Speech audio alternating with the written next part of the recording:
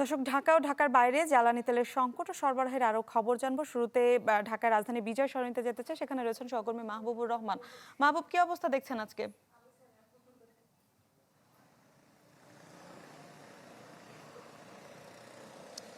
মিলা, রাজধানীর বিজয় সরণির একটি ফিলিং স্টেশনে এখানে দাঁড়িয়ে আছি। এখানে আমরা সকালে যখন আসি তখন আমরা এখানে দীর্ঘ একটি সারি দেখতে পেয়েছিলাম এবং সেই সারি যে খুব একটি ছোট হয়ে এসেছে এমনটা কিন্তু নয়। ঠিক দীর্ঘ সারির পেছনে আরও নতুন লোকজন আসছেন তাদের গাড়িতে তেল নেওয়ার জন্য এবং সেই দীর্ঘ লাইন কিন্তু আরও লম্বা হয়ে যাচ্ছে এবং সেই দীর্ঘ সারিতে দাঁড়িয়ে থাকা যেসব মোটরসাইকেল আরোহী এবং প্রাইভেট কারের চালক রয়েছে তাদের সাথে আমরা কথা বলেছি কিছুক্ষণ আগে। তারা আমাদেরকে যেটি জানাচ্ছিলেন যে গতকালকে কেউ কেউ সন্ধ্যা নাগাদ এই ফিলিং স্টেশনের এখানে এসেছেন এবং তাদের মধ্যে আবার কেউ কেউ অন্যান্য ফিলিং স্টেশনে সিরিয়াল নিয়েছিলেন এবং সেখানে ব্যর্থ হয়ে এই ফিলিং স্টেশনে এসেছেন এবং আসার পরে তারা যখন এখানে লাইনে দাঁড়িয়েছেন সেই গতকালকের ৯টা-১০টা নাগাদ যারা এসেছেন তারা কিন্তু এখনও এই তেলের নাগাল কিন্তু পায়নি। এখনও কিন্তু ফিলিং স্টেশনের ভেতর পর্যন্ত তারা কিন্তু আসতে পারেনি। তাদের একটি অভিযোগ রয়েছে যে তেল দিতে দীর্ঘ সময় লাগছে, এমন অভিযোগ কিন্তু তারা করছেন। তারা যেটি বলছে যে ফিলিং স্টেশনে এখানে লোকবল কম ব্যবহার করা হচ্ছে, এমন অভিযোগ রয়েছে। আরও একটি অভিযোগ রয়েছে তাদের যে অনেক সময় কার্ডে পেমেন্ট করার কারণে তেল নেওয়ার যে কার্যক্রম মোটরসাইকেল আরোহী কিংবা প্রাইভেট কারের চালকদের, সেই কার্যক্রমে সময় বেশি লাগছে এমনটা অভিযোগ কিন্তু করছে।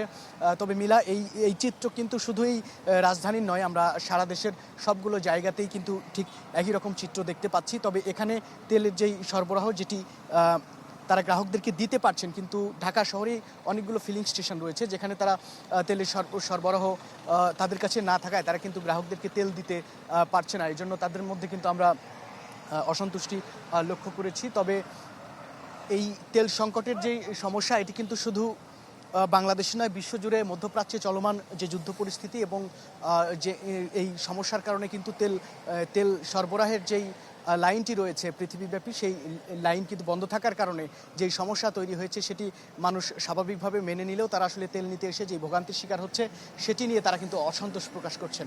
মিলা।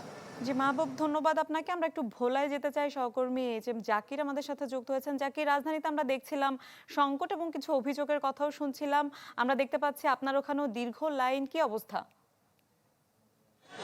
সময়ের সাথে সাথে দেখা দেয় নিত্য নতুন প্রয়োজন। রেডি থাকতে হয় প্রতি মুহূর্ত। তাই এলো ইনোভার, যেন আপনি লাইফে থাকেন রেডি প্রতিদিন। Innova, designed for now.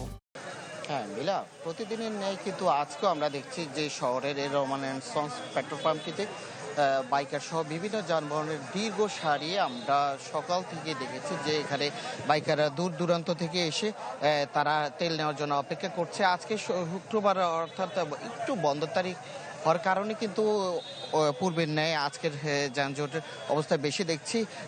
পুরো শহর, যেটি ভোলা চরপেশন আঞ্চলিক মহাসড়ক, সেই সড়কে এভাবে তেল নিতে আসা বাইকাররা দাঁড়িয়ে থেকে এখানে দীর্ঘ যানজট। এক কথা বলতে গেলে যে পুরো শহর জুড়ে যানবাহনের যানজটের দীর্ঘ নাকাল হয়ে আছে, এই অবস্থা সৃষ্টি হচ্ছে। আমরা বাইকারদের সাথে কথা বলেছি, এমনকি যারা তেল নিতে আসে প্রত্যেকের একই কথা হচ্ছে যে খুচরা বাজারে যদি এইভাবে তেলটি সরবরাহ করা হতো হয়তোবা তারা এইভাবে দুই একটি পেট্রোল পাম্পে দাঁড়িয়ে থেকে ঘন্টার পর ঘন্টা, অনেকে রাতে এসে তারা সেই বিশেষ করে যে প্রাইভেট কারগুলো, তারা বলছে কেউ রাতে 12টায় আসে মাত্র তেল নিয়ে যাচ্ছে, এরকমও কিন্তু অনেকে বলছে।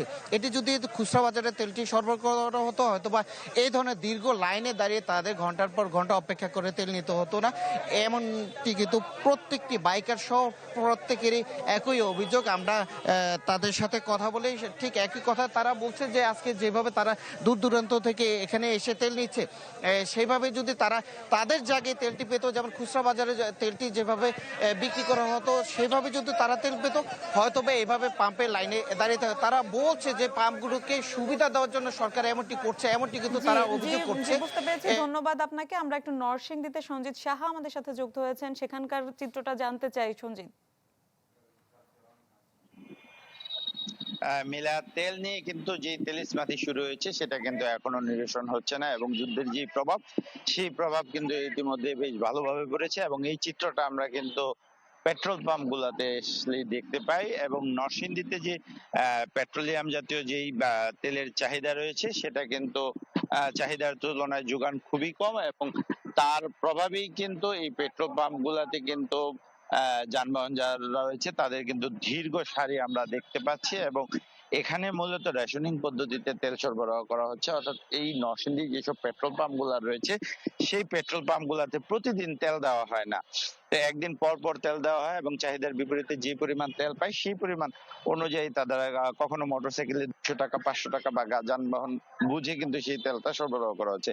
এবং আমি আপনাকে দেখাতে চাই, আপনি দেখবেন যে সকাল থেকে এখানে কিন্তু এই পেট্রোল পাম্পটিতে কিন্তু বাইকার যারা রয়েছে তারা কিন্তু সিরিয়াল দিয়ে দীর্ঘ সময় অপেক্ষা করছে তেল নেওয়ার জন্য। তারা এখনো তেল পাচ্ছে না, তবে কর্তৃপক্ষ যারা রয়েছে তারা বলছে আমাদেরকে যে তারা গতকালও তেল পায়নি এবং আজকে তারা এই মুহূর্তে তেলের একটি 4,500 লিটারের একটি তেলের কন্টেইনার পেয়েছে এবং তারা কিছুক্ষণ পর থেকে তারা তেল দেওয়া শুরু করবে। তবে সেই তেলটাও কিন্তু সীমিত পরিসরে দেওয়া হবে যেন সবাই যেন সুবিধা মতো নিতে পারে এবং সেবা খাত যেগুলো রয়েছে সেগুলোকে অগ্রাধিকার ভিত্তিতে দেওয়া হবে। তবে মুশকিল যেটা হয়েছে, আসলে তেলের এই সংকটের খবর কিন্তু সাধারণ মানুষের মধ্যে পৌঁছে যাওয়ার কারণে কিন্তু সাধারণ যারা যানবাহন রয়েছে বা ব্যক্তি মালিকানা যানবাহন রয়েছে বা বাইকার রয়েছে তারা কিন্তু অতিরিক্ত তেল মজুদের চেষ্টা করছে। কেউ কেউ একবার তেল নিয়ে এক পাম্প থেকে অন্য পাম্পে যাচ্ছে, সেই ক্ষেত্রে কিন্তু তেলের একটা বড় সমস্যা হচ্ছে। আর আপনি জানেন যে এই যে তেলের যেই সংকট, এই সংকট যদি সহসায় সমাধান না হয় এর প্রভাব কিন্তু বাংলাদেশের প্রতিটি সেক্টরে পড়বে এবং দাম বৃদ্ধি সহ নানা জটিলতা সৃষ্টি হবে। এই ছিল সর্বশেষ অবস্থা। মিলা।